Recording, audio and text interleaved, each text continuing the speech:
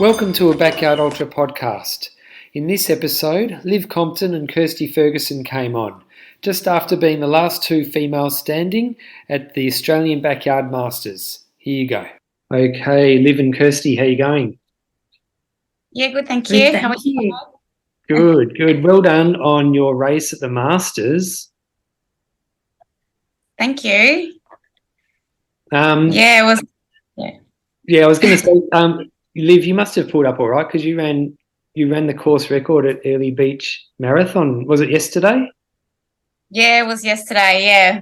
I actually beat my own course record from 2 years ago, so I knew I had it in me, but it all kind of depends on who I'm competing against, and, lucky me, Kirsty didn't attend, so I had a good chance of winning it.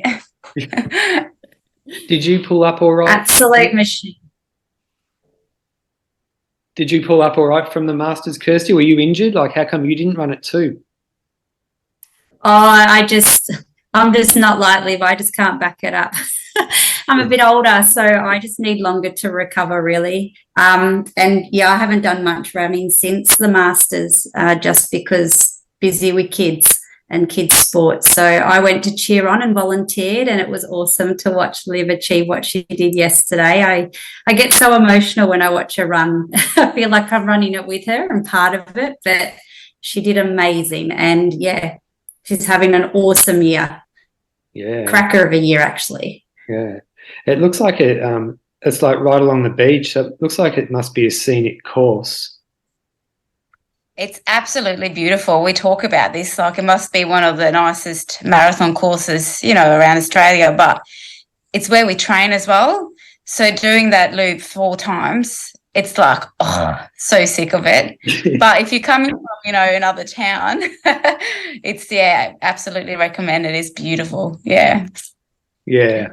Because I had a look at the course, and it's like it's an out and back with a little turn on one end that you do about 4 times. Yeah, right. Yeah. Yeah, and it was getting pretty windy at the end of it as well. So heading towards back into Airlie out on the marina, had a pretty strong headwind. So that was pretty tough the last few kilometres. But yeah, it is pretty nice running, and it's like the temperatures are absolutely beautiful at the moment too. So very nice running conditions. So when did you guys decide that you would run at the Masters? I'll let you answer that one, Kirsty. We did Clint Eastwood, and we both did 24 hours or 25 hours there, which was pretty awesome. And then Masters came up, and we were like, it's 35 loops, we should have just kept running when we did Clint Eastwood, but we both, everyone gets into that headspace, and we stopped, and you go, we're not going to regret it, but we did. And then when it came to 30, I think it was 30 hours, was it, that he opened up again? And then he said the 24 hours, and we're like, because when it was at the 30, we're like, okay, well, maybe if we do a race somewhere else, and we looked at the MVP in Melbourne, so we were going to start training for that. But then I had to have surgery in the November, so I was out from doing the MVP. And then he opened it up, and we're like, we've got to get on this, and we've got to do it. So that's when we booked to do the Masters, and wow, what an experience. It was awesome. Yeah. Because I know, Liv, you ran Dead Cow Gully at the annual event earlier this year, didn't you? No, I went last year, not this year, so I had to be one or the other. Yeah. But I was definitely going to come back. So I did book for enter Dead Cow Gully, but then when the Masters came up, I decided to do that instead. But one of the other girls from the running club did the Dead Cow Gully earlier this year. Yeah. So I definitely want to come back again next year and do it again. Yeah. Were you familiar with the course, Kirsty? Had you been to Dead Cow Gully before? No, I had no idea. And then Liv and I ran it that morning, the day before, and I had the worst night's sleep because I was like, oh my gosh, I knew it would be like the terrain would be a bit different, but I was like, I didn't realize it would. I don't know what I was thinking actually, but I started doubting myself. But once we got going, it was beautiful.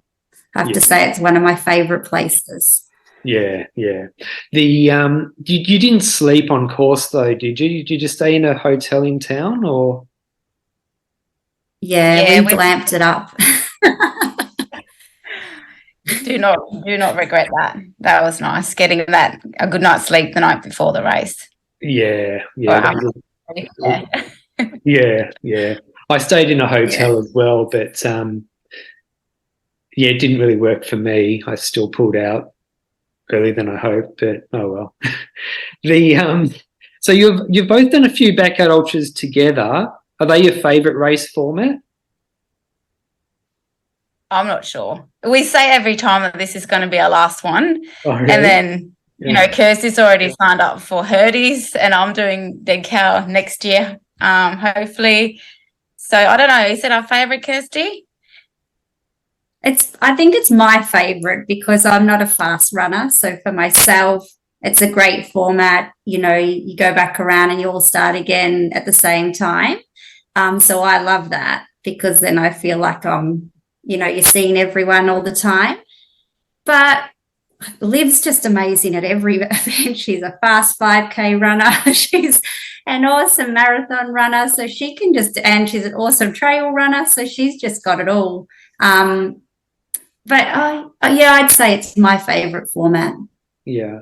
And you're going to Hurdies next year, are you? You signed up and ready to go? I've signed up.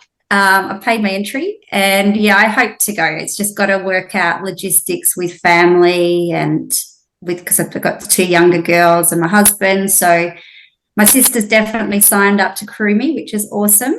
And she even messaged me today to say that there's flights on sale for her to get over there. So the plan is, yes, I'd like to do that in March. Yeah, cool. I'll see you there because I'm signed up for Hurdies. Oh, you doing? I thought you were doing the one in a few weeks. Yeah, I'm doing that as well. Yeah. Oh, so you're doing the backyard and the front yard. Yeah. Oh, awesome. Yeah, so I'm doing Birdies, which is only a couple of weeks away, and then I signed up for Hurdies ages ago, so I'll be there for that. Yeah. So, yeah. Oh, perfect. We'll have to chat. Yeah.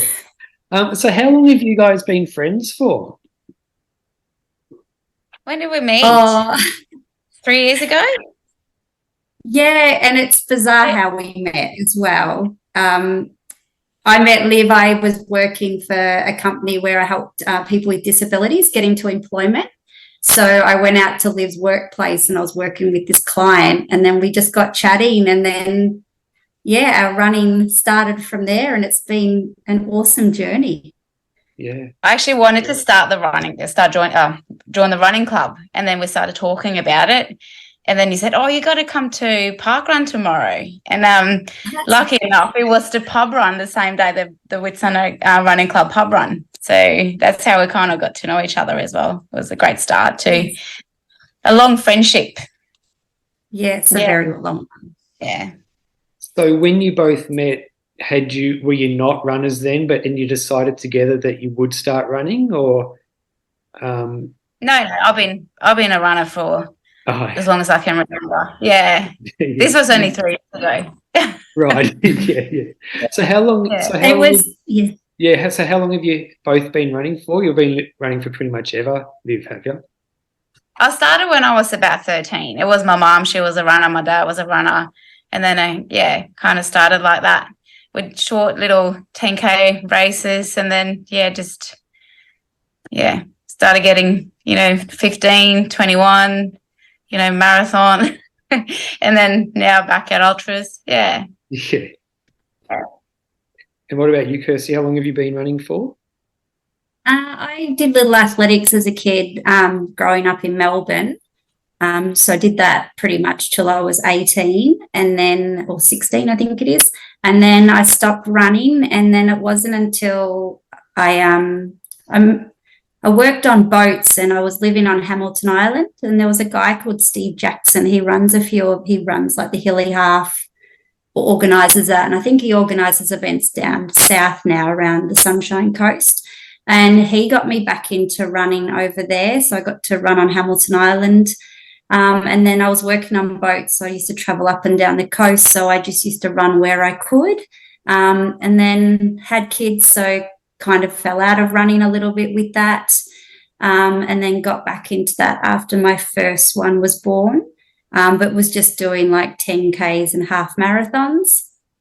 And then after my second was born, so maybe only in the last 8 years, I guess, really running a lot more. But I'd say maybe in the last 4 years, stepping up and doing these bigger events. I never thought I would ever run this kind of distance, but we're really lucky in our little community up here in the Whitsundays. We've got an amazing group of female runners, and we're all so supportive of one another. And I guess, there was one of them did, I think, the UTA 100, and we were all like, oh, wow, that's amazing. We want to do that. And then Chris Murphy, he did the Clint Eastwood and got the Australian record back then, I think, when it was 46 loops.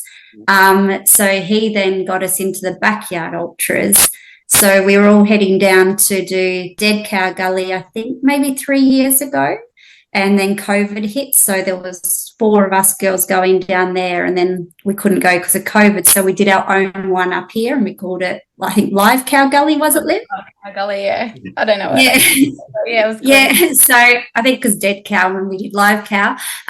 So then we did that. And then, yeah, we just got such a beautiful group of, and supportive runners, like a community that, yeah, I think it's just pushed us all individually to try something different. And yeah, I think we've done like the BTU 60 together. And then, yeah, I think when we first did our Live Cow, we were like amazed that we ran 80 kilometers. I think it was the biggest highlight. And then I look now. But, all of us. The walking cane the next day, could not walk. I couldn't walk for about 2 weeks after that. It was crazy. And I did something to my back, and I just kept putting ice on it because I'm like, I'm not quitting. I'm going to keep going. So that's, where my running journey kind of started. And I don't know, I feel like it's only just started, actually. Like, I never thought, I would run an ultra, let alone running over 200 kilometres at Dead Cow Gully. So who knows? Hopefully it goes for many more years, but I definitely can't do more than one a year. I think that's my limit, one big run a year, just with the training commitment and having family. I think that's my threshold, but I just have to find some little runs to do in between. Yeah, because I saw you were doing some pretty serious runs leading up to Dead Cow Gully. Like, I think you did 40 Ks one day, and then the very next day you did 60 Ks together. So like 100 Ks over 24 hours. Yeah, it was funny when we first started training for Dead Cow. When we started training for Dead Cow, because Clint Eastwood, we kind of finished at 24, but our legs were really hurting at, I think, about 20 loops. We were like, I think we need to ramp up our training. But unfortunately, I can't do a lot of training during the week when my husband's away. So I have to make up on a Friday. So Liv gets a lot of hers done as much as she can during the week. Then I try and catch up on my Friday, and then we try and do like a big run together when our husbands are home. Yeah. And so that's why there was a few big days. So where you live, like, I think it's like around the Airlie Beach area, but you call it the Whitsundays. So we're like, is Hamilton Island just offshore, or is it far away? Yeah, we call it the Whitsundays because, I don't know, it's Hamilton Island is an island, obviously. Yeah. And then Whitsundays is also Bowen. So we have people from Bowen in the Whitsundays running club. But yeah, it's pretty much, at Airlie Beach. When we say Whitsundays, it's, Airlie Beach and the island. Yeah. Because I looked it up on Google Maps to kind of like figure out where it was. And it is pretty far up north. So like you would have to watch out for crocs when you go running, yeah? Depends where you run. We don't really go swimming in the Proserpine River, if that's what you're thinking about. But yeah. No, we're pretty safe. It's the snakes we have to watch out for. We saw a few snakes on our night runs, actually. Yeah. Right.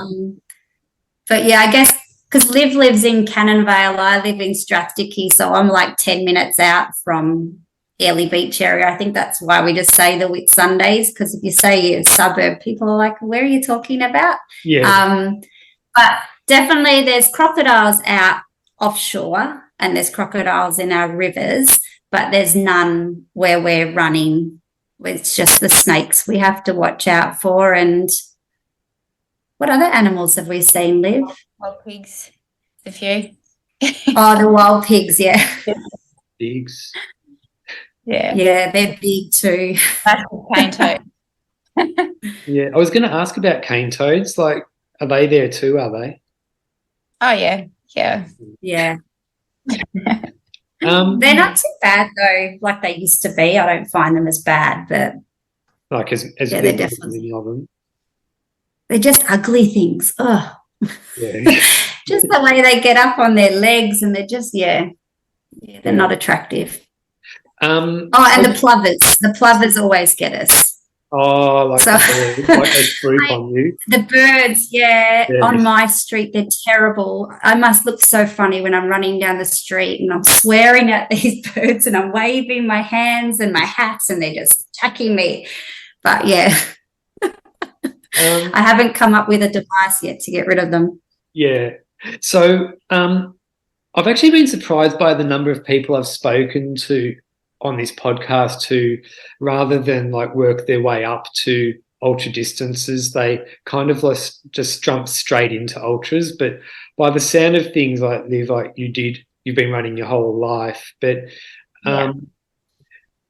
Kirsty, did you make the jump straight into ultras, or did you like gradually work your way up as well? Well, no, I've done the marathon, and then Liv and I did, and another friend did the 60K at the BTU. And then from there, you're pretty much into the backyards. Mm-hmm. So we started we did 12 loops, 18 loops, 24 loops, Yeah. And now 30, 35. Yeah. So I'm not sure about you guys, but when I speak to people who don't run, they're not really all that interested in ultras. Like as soon as I tell them I'm a runner and I do ultra running, like their eyes glaze over and they lose interest. They don't want to talk to me anymore. So, and not many I don't really know many people who like it, and that's one of the reasons why I started this podcast, was just so I could talk to people who do it. But do you remember what drew you towards running ultras, Liv? I am a very competitive person. Like I like to run fast. So I like to, PB and a marathon or 5Ks or whatever. But in a backyard ultra, you don't need to be a fast runner. There's no one competing. You all start, each loop, you're all the leaders, So I think mentally, like, it's a lot better for me to do these type of runs. Like I feel a lot more relaxed and calm, and and it's a lot more enjoyable. You can talk to people, get to have a little break, a rest, and I can run a fast loop if I want to, but it's not needed. So that's why I like them. And mentally, big long training runs leading up to a backyard ultra. I love it, especially with Kirsty, because we can be quiet, we can be chatty, we can like have a bad day, a good day, anything, so good. Love it. One of the other things I noticed at the Masters just recently is like the good thing about backyard ultras as well is like you're actually there for the drama. Like you'll be there when runners don't continue or they turn back as well. Like, whereas in a point-to-point ultra, if someone pulls out, like no one saw it. But you actually see it all at a backyard ultra. Yeah. And another thing, I guess, too, is to crew. Because I think, we find it very hard to ask someone to crew us. But we've had, Annabelle, she's crewed us twice now and she loves it. She want to come and crew us next time just because she's part of our team. She's part of the backyard ultra, even though she's not running. Yeah. So it's good to have someone to share that with as well. Yeah. Did she come down to the Masters with you? Yeah, she was there. Yeah. Yeah, cool. Yeah. So she ran Dead Cow at Easter, and then she came to crew us, which was amazing. Yeah. So this was the first time I'd ever been to Queensland and got cold. And I'd imagine that, like, coming from further north, it wouldn't get that cold there. So was this like freezing for you as well? For me, it was freezing. But Liv's Norwegian, so she's used to the cold, but I still think it was cold for her. I was so cold. It doesn't get that cold up here. Like, I start wearing my thermals when it's like less than 10 degrees. That's cold for us up here. Yeah. But I hated the cold during the night and did not enjoy that at all. Yeah, it was freezing. Yeah. How long was the drive to Nanango from where you are? About 11 hours, 12 hours. All right. Yeah, we did it in one day, coming down and back up. Yeah, wasn't too bad. Yeah. How long did you drive there from Melbourne? We did it over 3 days. Well, we made 2 stops on the way up. So I think the longest driving I did was about 9. I was thinking maybe we'll just go crazy and do it over one night, but I thought, nah, better just do it over 2 and spend less time, because it's so boring doing that much driving. Yeah, that's the challenge. Because there's like all these amazing events that we want to do, but it's just too much traveling involved. Yeah. And it's really hard. You got to choose, 1 or 2 events every year. Can't really do more than that. We do all the local events, but can't really do, too many out of town. Yeah, I think that's one of the good things about the Masters as well, is because it was like a special race. You got all the best runners in the one place, and it's really hard to do that in Australia because it is such a big country. It was pretty amazing to have, the runners that were there, to have Harvey to come over from America and then, running with the girls from New Zealand. But I loved also that it was people from all walks of life as well. Like, it wasn't just the top runners, like to see so many, other female runners in Australia come. That was really cool as well. Like, and being able to encourage them. That's what I love about the backyard, especially on the night loop, even though it was boring. It was still nice because you could see some other runners, so you could, cheer on the other girls that were coming past. That's what I really liked about the night bit. That kept me going, really, just seeing other people on as you're passing them, just to cheer people on, because I honestly thought that night loop was the hilliest loop I've ever come across. And then the next day when I drove it, it was dead flat. But I don't know how I thought it was all uphill. Like, I thought it was all downhill to the roundabout, to the turnaround, and then it was all uphill. And I honestly thought the bit from the Welsh Road up was like this massive climb, but it was dead flat. Yeah. Well, it definitely felt pretty steep when I was doing it too, that's for sure. Oh, yeah. I'm glad it wasn't just me. So as you train together and spend a lot of time together, like running and whatever, driving to the race, like, I reckon you would have talked a lot about the race and tactics and planned it all. So did you come into the race with a solid plan of attack? We did tell each other that none of us were going to pull out unless we got injured or timed out. We were going to keep encouraging each other to keep going. We weren't going to pull out. So that was kind of our main tactics, wasn't it, Kirsty?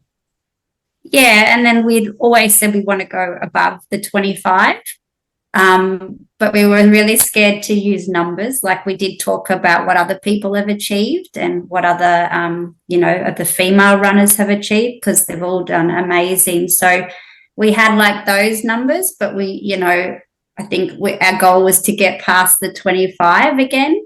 And then I guess it's so hard to say what you want to do. Like, in your head, you can go, I want to do this, I want to do that. But we just said we want to get over 25 and, we're to keep pushing one another. And if one drops, the other has to keep going.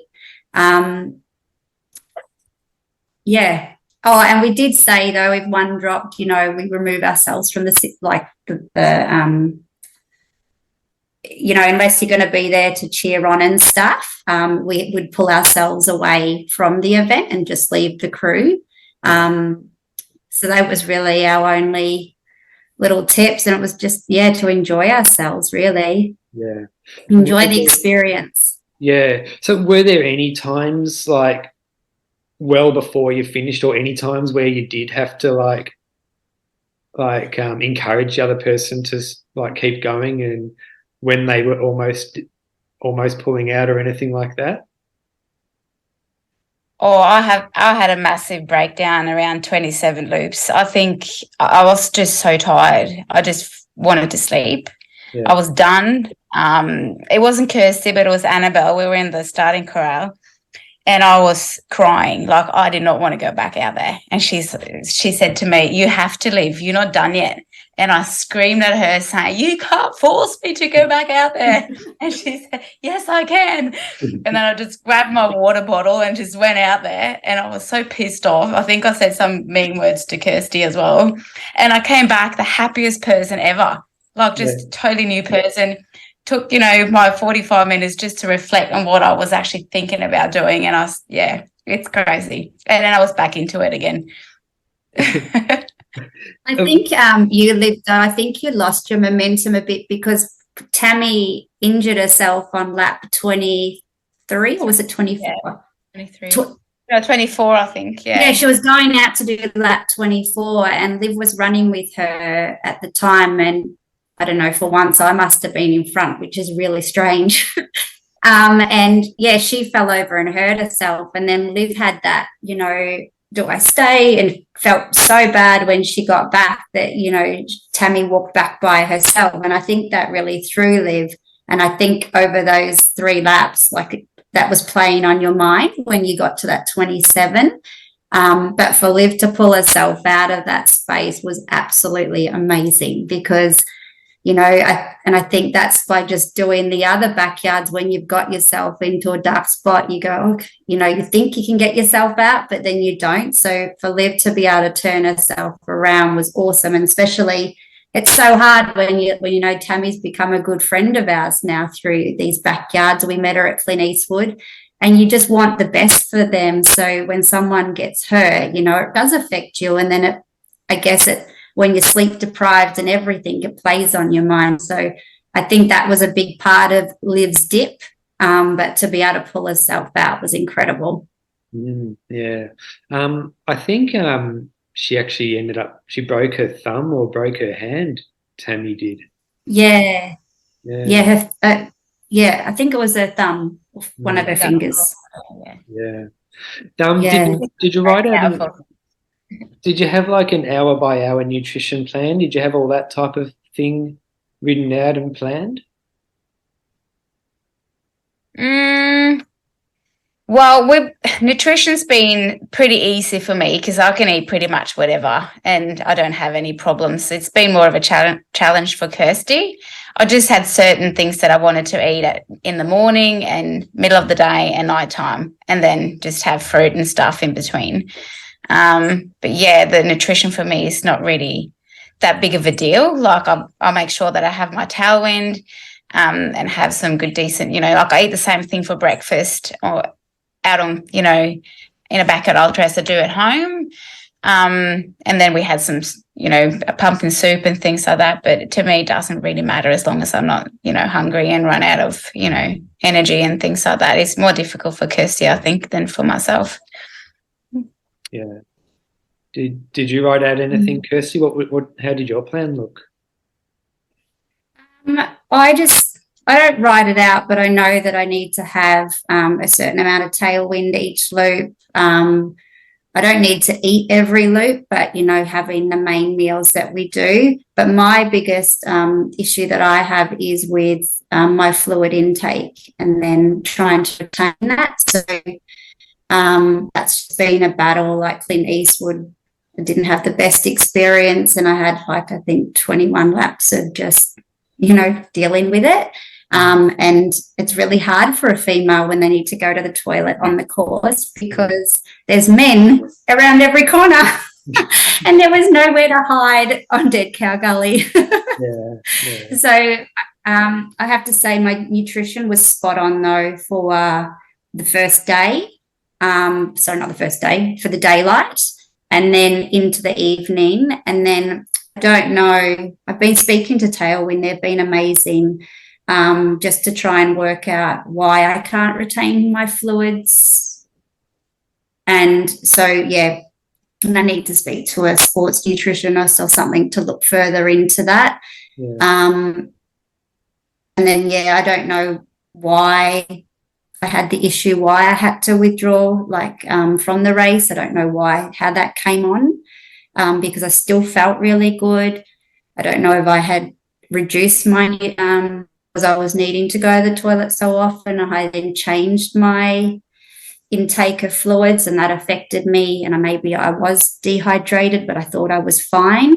And with the crew, they pretty much, I've got up to 24 hours or around 20 hours is exactly what I took in and what I didn't. And then, of course, we had my sister and Annabelle, so they were sharing. So one of them would go home and have a rest while the other one was crewing. So I think it got to a point where they couldn't crew us and keep note of everything as well. So I think that's what I've got to work on for my next race and just work out why I have issues with the fluids.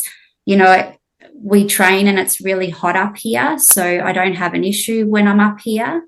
But just when I go to that colder climate, I do. And I tried to adjust it and it worked really well, as I said, through the day. But then at night, I just couldn't hold on. I just had to keep going to the bathroom, and it was, and the nightly, I don't know how many spotlights would have had shone on me, but I tried to hide. But it was hard. That's one, for a female out on course, it's really difficult. But someone did mention to me about a shiwi, so I might have to look into those. Because I for some reason I thought that you pulled out because you were injured. I didn't realise that that's what happened. Yeah, I had blood in my urine, so and I talked to my crew about it, and we were like, "Yep, keep going, you'll be fine." And then when I was out on lap 32. I was running with Johan and I was feeling great. We were talking about a little strategy for the evening, and I was, I was just doing the 3-minute run with him and 2-minute walk, and we were still coming back in around 52 minutes. And I physically felt good, but then Dan caught up with us and I had to go to the bathroom. And then when I went, I was like, oh, and I just asked the boys, and Dan's like, you really need to let Tim know because this is what's happened to other people I know. And then, of course, I got scared and, I've got a family. We're out in the middle of nowhere. All those things came into my head. But, Tim was just like, I think it's best, it's happened to other people previously as well. And, it's best to withdraw. So I did. And I'm waiting to see my doctor to look more further into it. But I have a feeling it's around my hydration. Right. Yeah. So you must have been, I don't know, you must have been pretty devastated to have to pull out for something that you couldn't control like that. Like when you weren't injured, it was kind of just one of those things. It's a really weird, I was devastated, but then at the end of the day, I'm a mum and, I've got a husband and, I can do it again. I can run again. I can do the race again. Just means I have to go back and do it again, which is fine. I was gutted at the time, but, it is what it is. I can't change it. But the best thing is I just got to watch Liv, and then I was sitting there and I was like, who's that running in at 38 minutes on a loop? And it's bloody Liv running out the stretch. And I was like, wow, this is just incredible. But that was hard too for Liv because, you don't want to see someone you care for have to withdraw. So then that was most probably another big impact on Liv as well, like mentally. But yeah, I would have loved to have stayed out there as long as I could. I was devastated when you had to pull out, and everything that was going through my head was, okay, I need to pull out too, because we've been training together, we've been doing this together, and if I keep going, like, that's not the right thing to do. It is the right thing. So I did do another loop, and I came back, and I'm like, okay, I'm done. I'm the last female. I got nothing against all these other men here. They've done, 40 plus loops. There's no need for me to be here anymore. And then, Tim came up to me and said, if you do a couple of more loops, top 5 female in Australia. And I'm like, sure, I can do that. And that was easy. So I don't know, you can always think back and, woulda, shoulda, coulda. But at the time I was done, but I still think I could have done, I could have done more. You still had more in you. Yeah. I had more in me. But. Were you getting much sleep during the night, or did you plan on getting any sleep during that first night?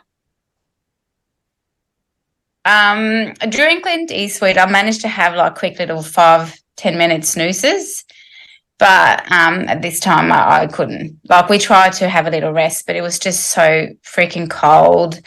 I didn't sleep. We just closed our eyes for 10 minutes and got back out there. I don't know about you, Kirsty, if you fell asleep or.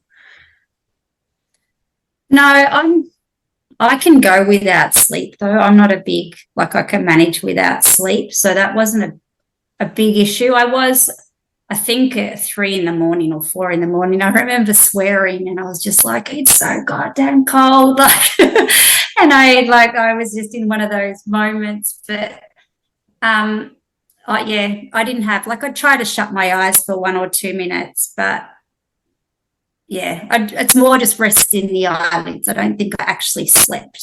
Yeah. But I definitely closed my eyes when I came in. But yeah, I don't know how long I could go without sleep, but I don't need a lot of sleep. How did you guys manage the really cold night? Was it just a case of just putting on as many layers as you could and just keeping warm that way? We were really lucky on the Saturday night, as it was getting, I think on our final loop, on the day loop, our crew made up a little bucket with warm water. So we did we changed our tops. So we washed our whole top body with nice warm water and put fresh clothes on. And then on our next loop around, we then washed our bottom part, and then we put fresh bottoms on. So that way we weren't in our wet, sweaty clothes. I did hear a lot of people say they're still in their day clothes and they're really cold. And I'm like, oh, come and get a bucket from us, get your crew to give you a warm bath just to warm yourself up. Yeah. So we were really lucky with our crew. And then when we would come in at night, as soon as we came in, they'd wrap us in a fleecy blanket and then give us a hot water bottle. Yeah. And then also put our sleeping bags over us as well. So we were really lucky in that way to try and keep warm. But I just remember getting back into that corral, and I'm normally a walker at the start and then run, but I had to run to that first turnaround just to get warm. Yeah. And I use those heat packs as well in my hands. Yeah, Well, it sounds like you had a pretty good plan, to manage the cold. But I kind of regret not trying more, at least some warm soup or something like that. Did you have more warm food overnight? Yeah, we had warm soup. Yeah, and also I remember Annabelle gave me warm water, but when I was speaking to Tailwind, Gavin gave me a really good suggestion. He said through the night when it's cold, drink warm Tailwind. So just put warm water into your flask and have that. I was like, didn't think of that one. That's a great idea. Yeah. So although it was I think everyone who made it through to that first night loop they were in good condition. Did you like that mental change that the change in course gave you? I didn't mind the night loop. It was very boring and it was cold. But I started listening to, a podcast, some music and things like that. That's how I got through tonight. I didn't really talk much. Kirsty's more of a talker out on course than what I am. So I just wanted to get through the night.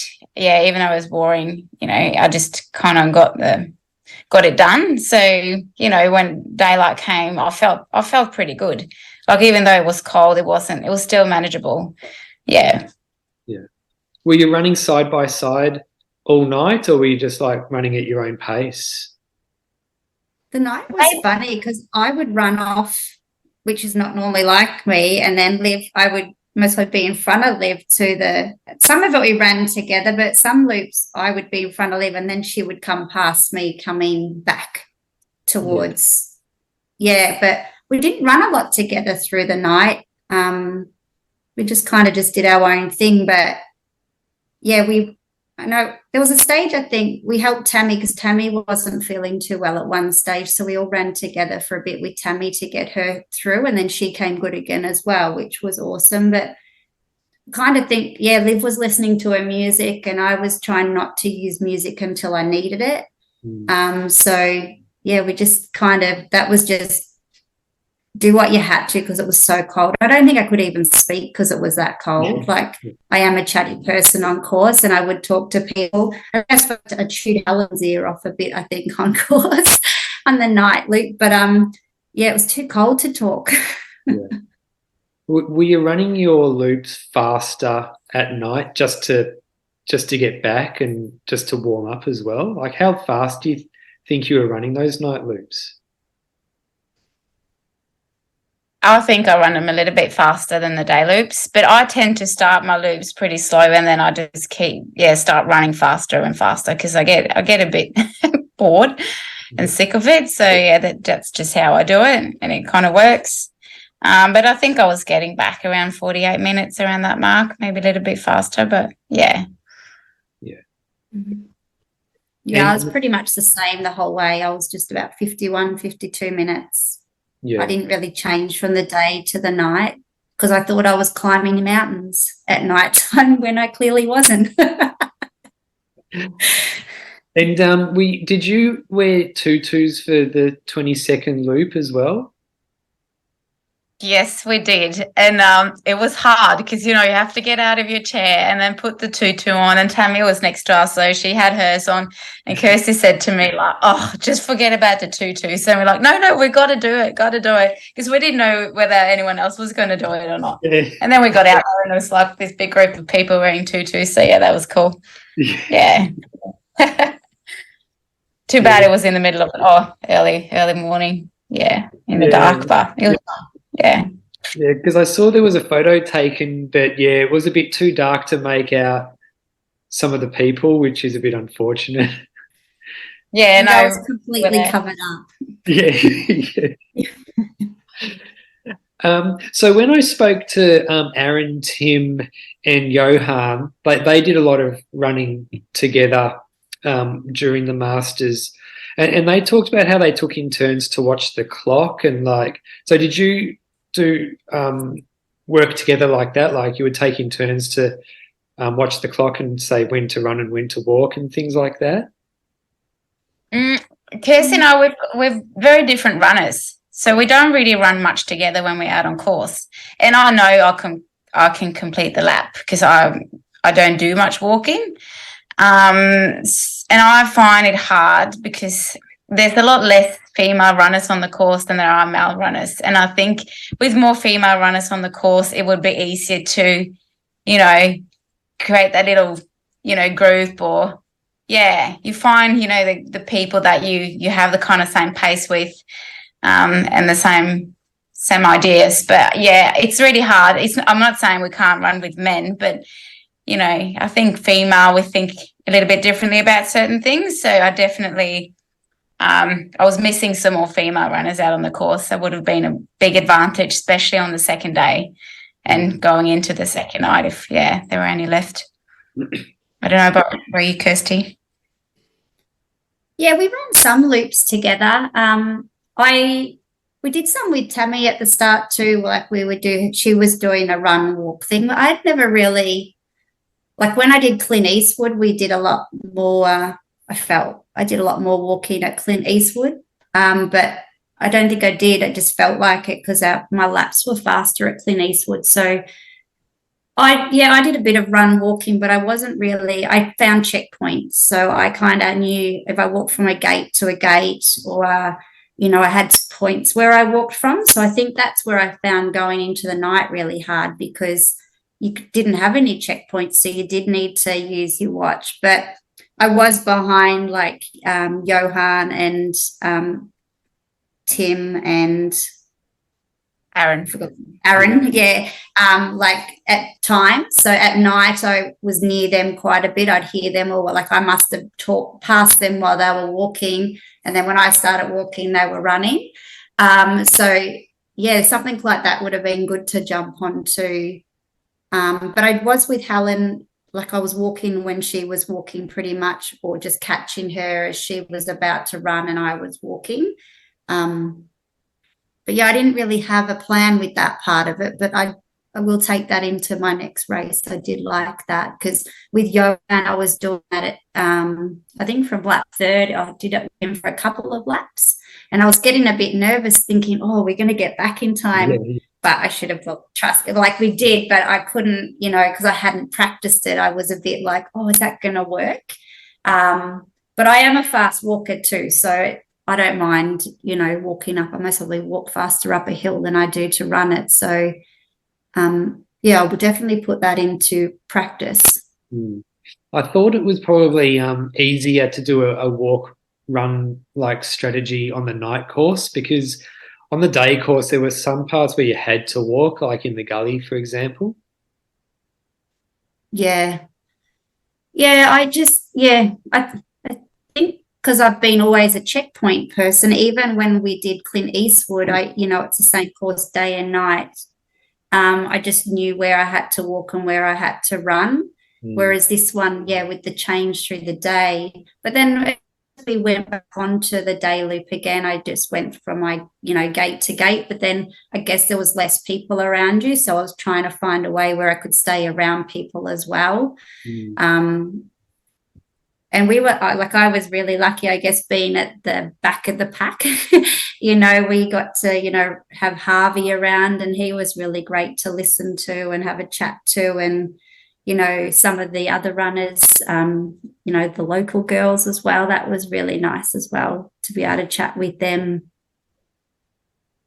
Do you remember there was a couple of there was a few hours at night where it was got really misty?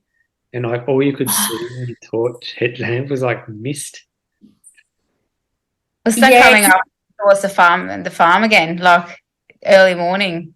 That was spooky, kind of misty. Yeah. Yeah. Good. It was like being in a Harry Potter movie or something when you came up and you just see the lights come up, from the people's torches, but it was just all mist and those two black trees. And I was wondering if, as the race went on, into the days, if that went, if that, with hallucinations, how, the boys, if it was still misty like that, how they would have gone. Because I just thought that was real trippy.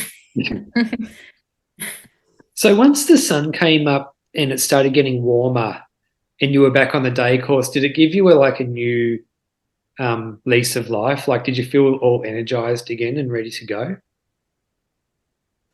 That's when I had my breakdown. So when it started getting warmer again. Yeah. But then after that I felt energized. We had a bath in the morning too, didn't we, Kirsty? A little around loop 27, 28 maybe. Yeah, I didn't. You did, I think. In a bath and all that, and that really helped. Just feeling dry and fresh again. Yeah. Was that just a little portable sort of bath, was it? Yeah, just a little bucket and a cloth. No, perfect. Yeah. I did have a shower at loop 34 because I came in with 22 minutes spare. That was nice. So, yeah. definitely nice to have a bit of, change of clothes. Yeah. And you got to mention our little spray that we put on when we left our tent so we would smell nice. And so many people commented about it on the run. They're like, who smells nice? And we're like, oh, that's our coconut spray. So, Liv, if you did your 34th lap in like 38 minutes, how come you dropped after 35? I have no idea. No idea. Yeah. I was done. I didn't want to go back into the night again on my own. Like I felt like I was on my own. Yeah. There was only about 10 other men left. And like I said earlier, they all had pretty massive PBs. I was, 10 loops. I was PBing with 10 loops. I felt like I didn't have it, there was no reason for me to be there anymore. Kirsty was out. Yeah. I don't know. I regret it, of course, but can't now. Because you'd broken the track record. Like you said, you were 5th all-time in Australia, female, for backyard ultras. So, I mean, like you've just done so much. I guess part of it was probably the weight of the achievement may have just been too much of a reward to keep going, I guess. And was it like, if you did do 36, would have that been a night loop? Yeah, so I was heading back out on the first night loop, second night, and I turned around. And I think, no offense, Tim, but if he had told me that, 38 would be like top 3 Australian female or something like that, at that time my mind would have said, yeah, let's go, all it takes for a competitive brain to keep going. Anyway, you would have been tired too. You would have been really I was so tired, very, very tired. But my body, I could still run. So that's where all the regrets come in. And I was, never been past, anything like 230 kilometres. I've never been in that state before, so it is a bit scary and daunting and all that. And heading back into the night loop, there's only 11 or 12 of us out on the course. What will happen if I fall asleep or trip or you have all those thoughts in your head as well. But you start getting paranoid. And there was some like there was 1 or 2 like aggressive drivers on the road at night time too. Yeah. So that would have. Yeah, they were crazy, weren't they? Yeah. They weren't too happy with the runners on the road. Yeah, I don't know. I was. They came past yelling stuff, and then I just heard and because it was so misty, and then I just heard burnouts, and of course you just think, oh my gosh, there's some runners back there that could be by themselves. I hope they're okay. Like, it was quite frightening. Yeah. So like when you're doing a night loop and there's less people out there, it definitely would play on your mind, especially like when you're sleep deprived and starting to get a bit paranoid and stuff like that. Yeah.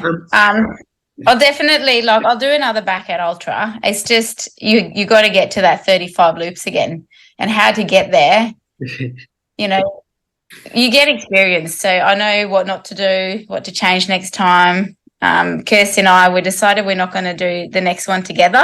We're going to try and not do it as a team, the next one, see if that will make a difference, because I got very caught up in doing this together as a team, which is great because you always have someone to lean on. But when she dropped out, it's like I'm all by myself. How can I do this by myself? So yeah, it'd be interesting to do it on my own next time, or not on my own because there'd be plenty of people out on the course, but without my training partner in crime, Yeah. So I think we've just got to do more mindset kind of stuff as well, like I guess practicing the what ifs as well when you're out doing your training runs, and kind of replay worst case scenarios and things like that in your head so you can be more prepared for it when it does happen. I don't know if that would make a difference, but I've been loving listening to your podcast because everyone I listen to, I get a tip out. And I remember someone's stomach was, they said they've got an upset stomach. And I'm like, oh, someone mentioned have a marshmallow. I've got some if you want them. I just find, and I think Aaron talked about mindset and that. So I think in one of his podcasts. So I think that's something that both Liv and I could most probably work on as well. My philosophy is, though, the longer I'm out there running, I don't have to make lunches, clean up after the kids, or listen to the fighting. So that was mine, stay out there as long as possible, so I don't have to deal with any of that. Yeah. I do love my children, though. Yeah, I think I've been thinking about it a little bit, and I think leading into the Masters, I was so obsessed, or not obsessed, but I was so focused on staying fresh and for as long as possible, feeling good for as long as possible. I wasn't ready for the time, or for the period of time once it got hard. And that first loop, it got hard. I timed out, and I still am trying to figure out what happened, but I'm going to make up for it at birdies, that's for sure. Yeah. Because I remember chatting to you on a loop, and I know you were saying it is so cold. I'm really cold. Oh, really? Yeah. Do you think it was the cold that got to you? I think it was a mixture of the cold, and I think I must have not been having enough calories because I just ran out of energy. Yeah. I was drinking Tailwind out there as well. It was like holding an ice block in my hand because it was so cold. Yeah. I had to switch to the vest and put it in my vest so I wasn't holding it. Yeah. So, and while I was out there as well, I kept on thinking, okay, next break I'll put on my pants, but I just didn't. I put them on, next break I'll put on another layer, and yeah, I just didn't, or I might have, but not enough. So I just got cold. Yeah. Did you have someone crewing you?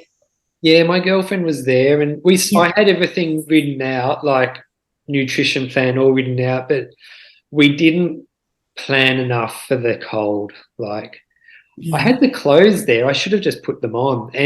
But in retrospect, if I was to do it again, I would try warm broth or vegetable soup or something like that to just warm up my insides. Yeah. I think that really helps. We had pumpkin soup and we had risotto, and we took little thermoses, so and little Yeti cups as well, so we could just keep having a few mouthfuls every time we came back. So we didn't have to have a lot, but it would just stay warm for us, so the crew could have a sleep, and leave it out for us, so we could then just have a few mouthfuls. I don't think that did help, because that did keep us warm. And a hot water bottle, I think that really helped as well. Because I was drinking the Tailwind, and it was just almost freezing, so my body would have been working hard to warm up that freezing Tailwind in my body. So I was so sure I was going to make it to 30 hours, so I was pretty disappointed, but not every race can go to plan, I guess. So yeah, and as long as you learn from them, I think that's a bit key part, is just learning each time. And I think changing temperature is massive as well. I think we did one training run and it got to 10 degrees, and we were trying our thermals and everything out, and we were so cold at 10 degrees up here. But I think that was a really good insight for us. Otherwise, we would have turned up with no thermals and just what we wear every day, and then we ended up going to buy warm leggings and more thermal tops and jackets and stuff, because we just up here we're not prepared for that. We're the complete opposite. Did you go back to a hotel when you finished, or did you stay on course the whole rest of the time before you went home? No, we went back to the hotel that night, and then we went back out to the course the next day to pack up, and then I think we went home and had a rest, and then we went back out again. And then before we left, we left at like 4:30 in the morning, and we called past to watch them do their 5 o'clock loop, which was pretty cool. Yeah. But who would have thought we got home and they were still running? It was amazing. Yeah, well, like, did you think, like, when you left, were you thinking to yourself, did you think that they would make 100, or did you have any ideas about what they would do? Yeah, I had a feeling because they looked so strong.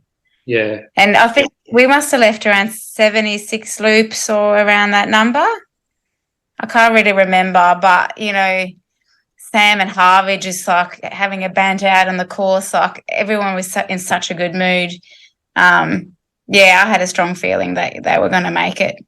Yeah. What about, I think, Kirsty as well, thinking the same. Yeah, but I'm just still blown away that they've backed it up, like Harvey doing Badwater and Sam doing another backyard ultra, like just incredible, like absolute machines.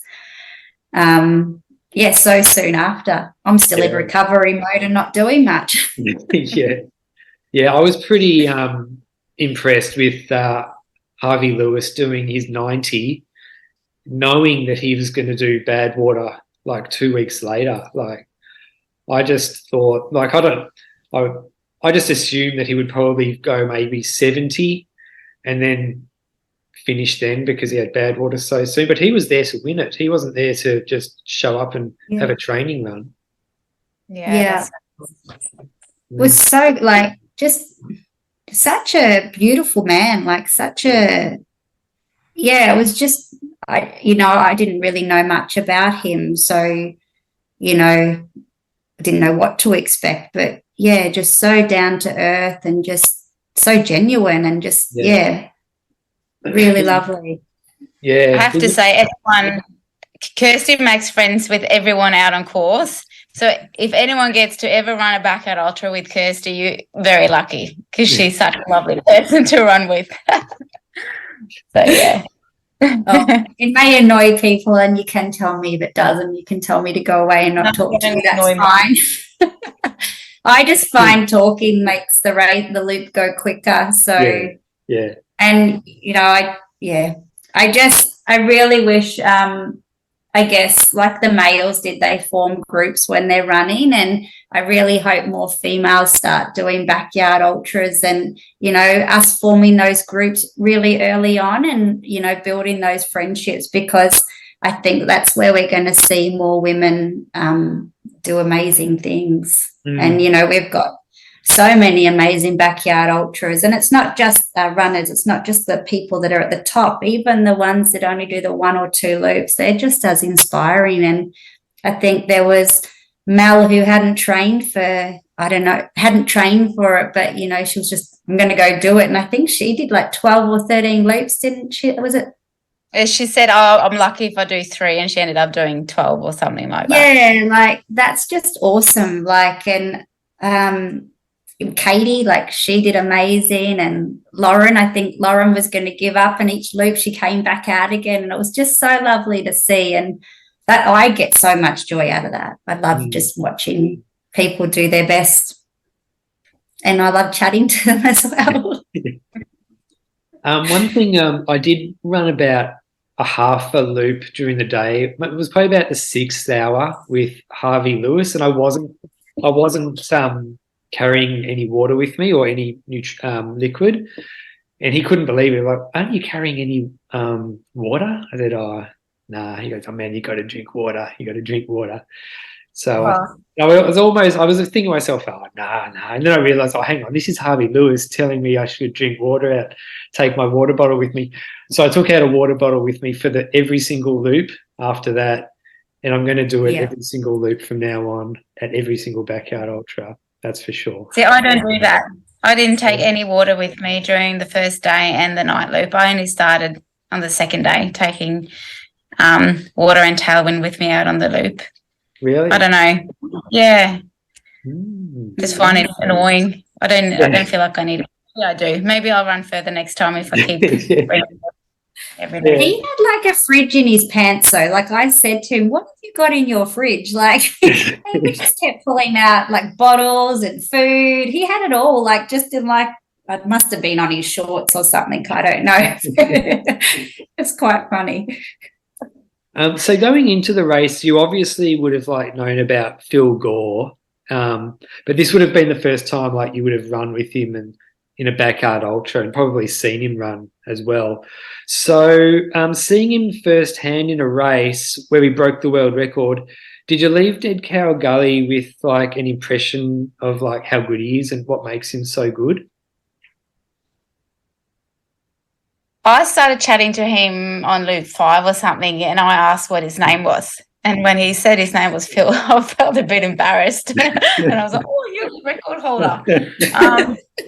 I'm so sorry. But anyway, I know that he's a really good runner, so I should have known. But I don't know. Yeah, I think they all were pretty capable of, running 70-plus loops, but breaking the world record, I'm not too sure, because you've got to be two people to break the world record. Yeah, but I knew he was an amazing runner. I just didn't recognise his face. Yeah. Yeah, I'd be he still looked like after 102 loops as fresh as he did when he started Loop 1. I didn't speak to him at all, but I spoke to Gemma, and she is an incredible woman, and behind every good man there's an amazing woman, and that's her, what she does and how she crews him and supports him is just so beautiful to watch. Not everyone has that. I can't imagine my husband coming to crew me at a backyard ultra. He just goes, "I'll look after the kids, you go and do your thing." But yeah, I can't wait to see what he can achieve. And as Liv said, you need two people to get there. But I just think he could go and go. I couldn't say where he could stop. I know he has his spreadsheet to, I think he said 100 and something, but I think he needs to put it to 200 because honestly, incredible machine. Yeah. So Kirsty, you've made to 32. Liv, you've made it to 35.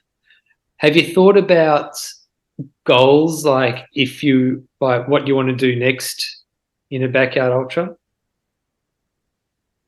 I want to get to 35 again, and then I'm just going to do one loop at a time. That's what my brain's going to tell me, nothing else. Yeah. Don't think about any big numbers and just work on my mental strength, and I'll get as far as I want to go, I think. Yeah. What about you? Yeah,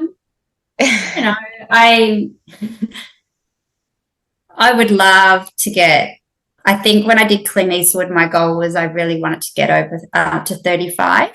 And so with this event, I really wanted to get to that. But, who knows, I may have only been able to do one or two more loops. But I think if I found someone who wanted to chat with me the whole way, who knows?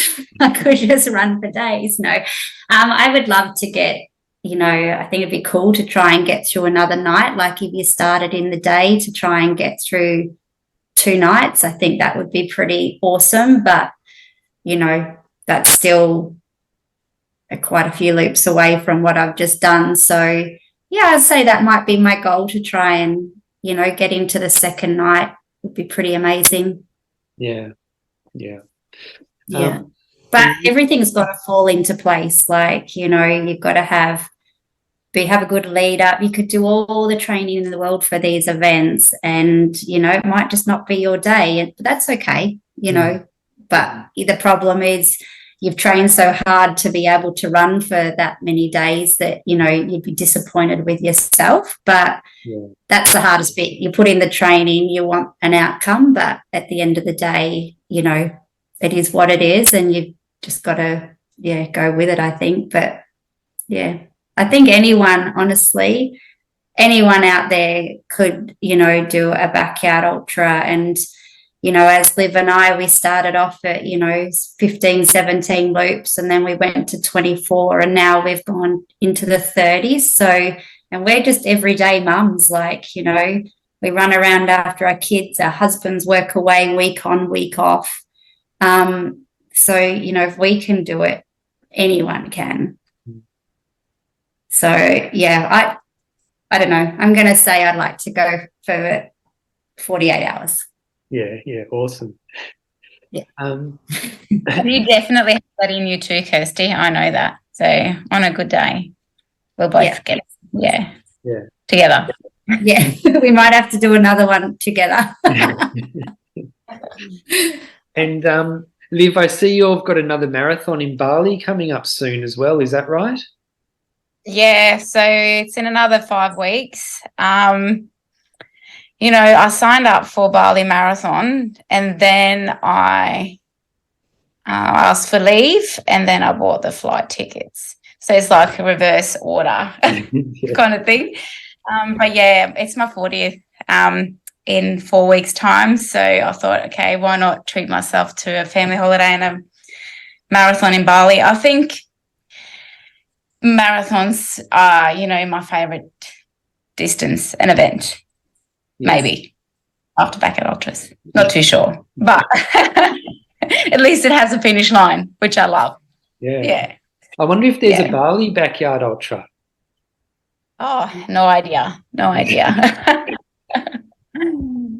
so that's going to be a bit of fun. But I also, you know, yesterday was a big test for me where I'm at with my marathon training.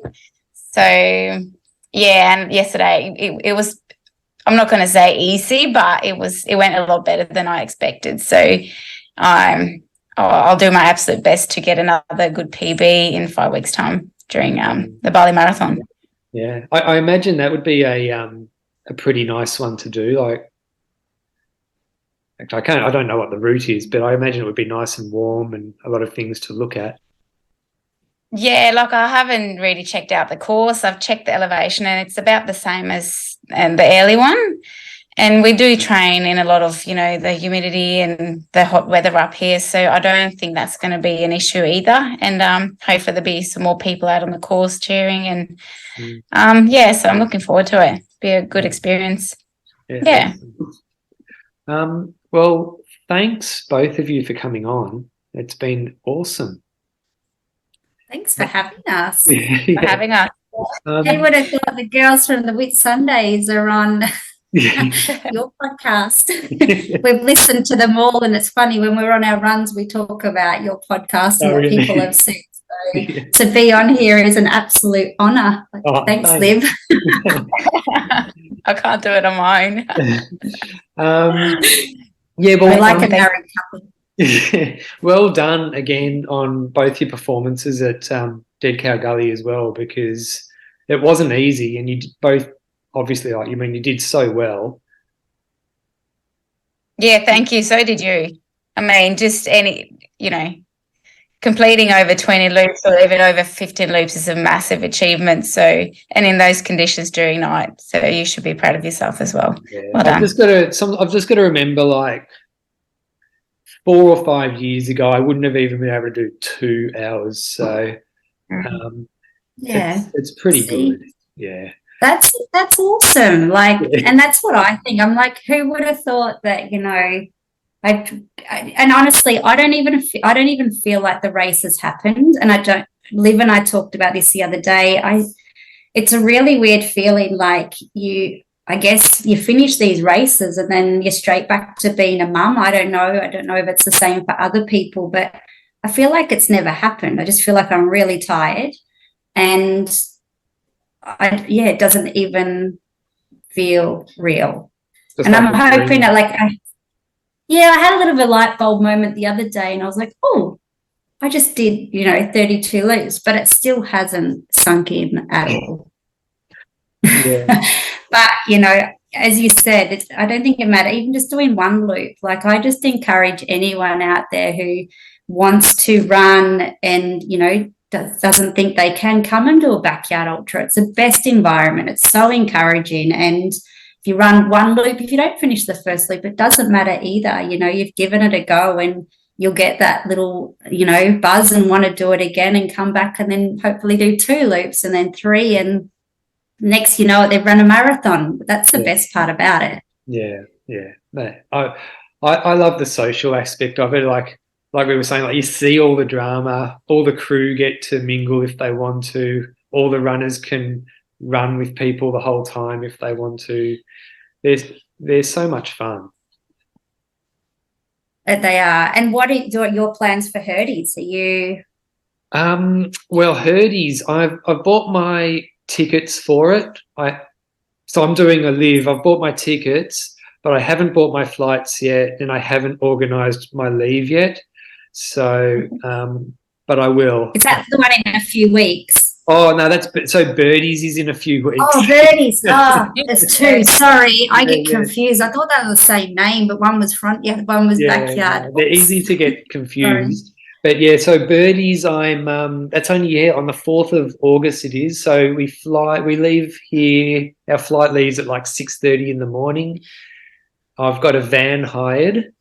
And Birdies, the location of Birdies is actually about a 2.5 hour drive away from Perth, like in the middle of nowhere.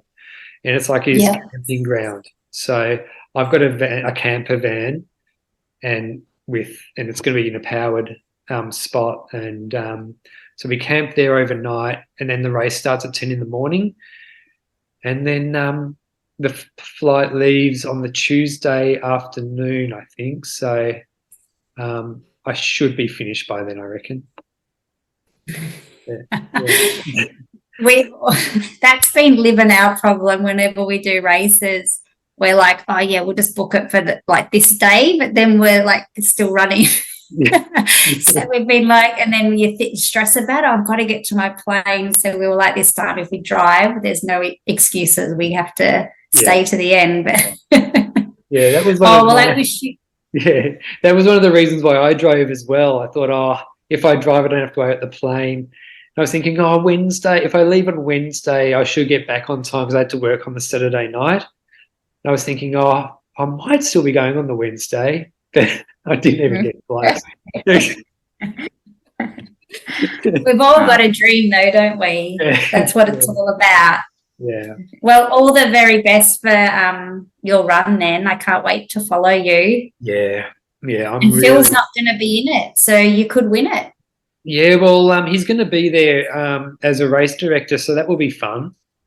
And there'll be a lot of WAs. Like, there's always a lot of good runners from there. Aaron Young's going to be there, so that will be good. Yeah. Brad He's doing a massive bike ride for big, so he doesn't need to do a big one this time. No, he said he wants to do 48 hours. Brad Halls will be there. He was the guy who was crewing for Aaron Young. He's going to be. Oh, yeah. Yeah.